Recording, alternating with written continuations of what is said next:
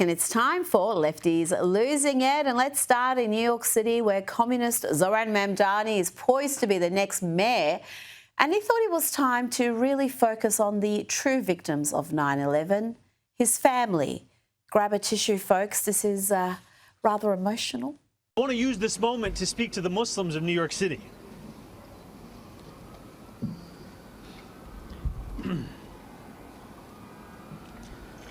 I want to speak to the memory of my aunt.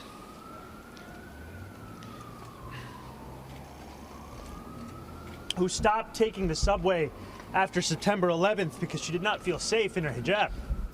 Yeah, it's devastating, folks. It really is. I mean, his poor aunt had to take a couple of cabs. I mean, how devastating for the Mamdani family. And that's if you believe him. And frankly, I don't. After every Islamist terrorist attack, there is such a focus on stamping out Islamophobia.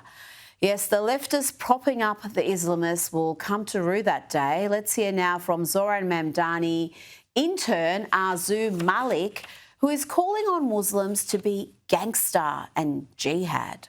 And the true believer knows that none of this is in vain, that this is all jihad, that this is all ibadah, and that this is all counted for by Allah subhanahu wa ta'ala.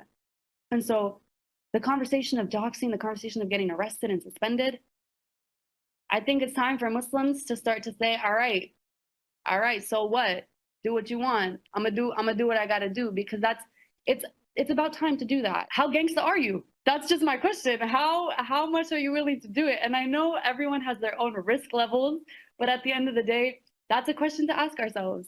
How committed am I to this? To what extent of my personal material gains am I willing to sacrifice for this bigger noble cause? Let's go to another failing city, crime-riddled Chicago, which has been ruled by Democrats for decades and decades, and where the current mayor, Brandon Johnson, is triggered by factual terms like illegal immigrant. We don't have illegal aliens. I don't know if that's from some sort of sci-fi message that you wish have had. Well, listen, the legal term for my people were slaves. You want me to use that term too? So look, let's just get the language right. We're talking about undocumented individuals that are human beings. The last thing that I'm going to do is accept the type of racist, nasty language to describe human beings.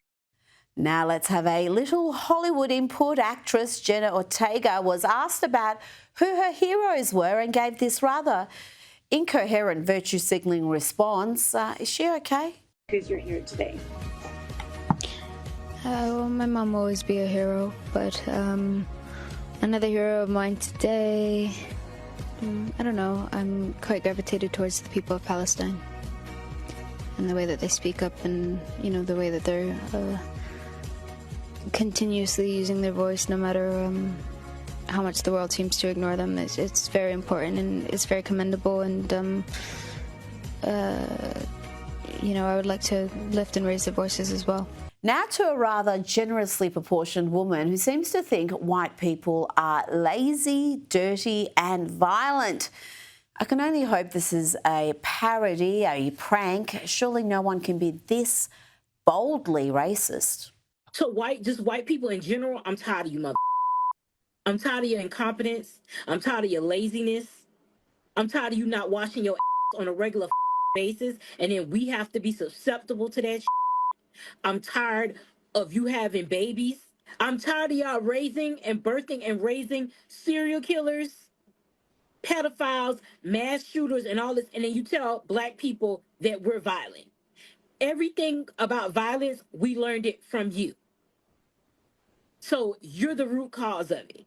Now, it would be uncharitable of me to list some crime statistics right about now and some demographic breakdowns, but just imagine if the word black was substituted for white there in that crazy rant.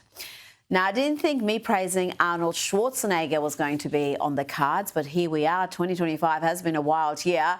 Here is the Hollywood star and former California governor dropping a brutal fact check on CNN's Jake Tapper. Now, despite being a former Republican governor, Jake would have thought he was on safe ground with Arnie, given he is a full-blown TDS case. But no, Arnie surprised us all.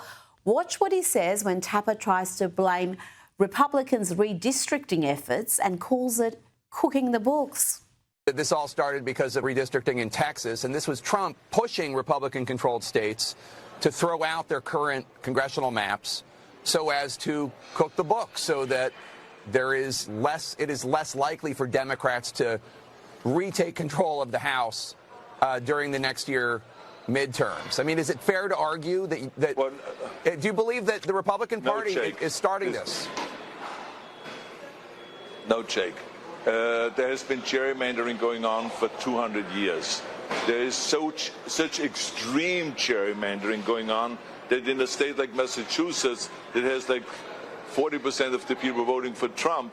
They have 0 representatives. The Republican Party has 0 representatives sent to the House.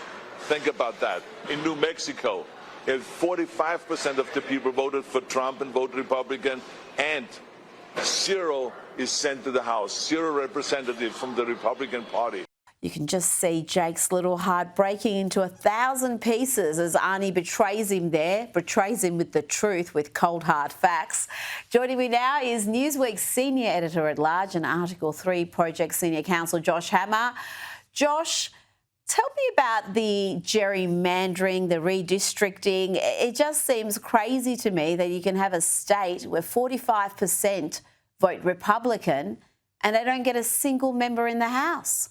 So, Rita, first of all, what year is it? I mean, is it the year 2005 where Arnold Schwarzenegger is back in the news? I mean, it's really quite funny. It's doubly funny for me, as the case may be. I actually just got back to my state of Florida. I actually was in Arnold Schwarzenegger's home country of Austria, of all places, for the past week. So this is really kind of deja vu all over again. But look, he's right. He's right. All parties do it. There are actually many Democrat states that do it a lot worse than others. I actually know this firsthand, Rita, because going back in 2016, in the Republican presidential primary, I actually was a delegate on the ballot in Illinois' 7th congressional district. So I studied the state of Illinois' maps very well. These maps are to call them hooks and crooks, I think, would be an understatement. They are wiggling, they are wagging, they're zigging, they're zagging. It's total nonsense there. They'll go down to like half a mile wide, and then balloon out to 200 miles there, just trying to make sure that the party in control has as many seats as possible, as the former governor of California, Schwarzenegger, was saying. Now, this goes back, as he also correctly said, to the origins of the republic. The name gerrymandering comes from the early American statesman Elbridge Gerry. He literally lived over 200 years ago. So this goes back a very, very long time.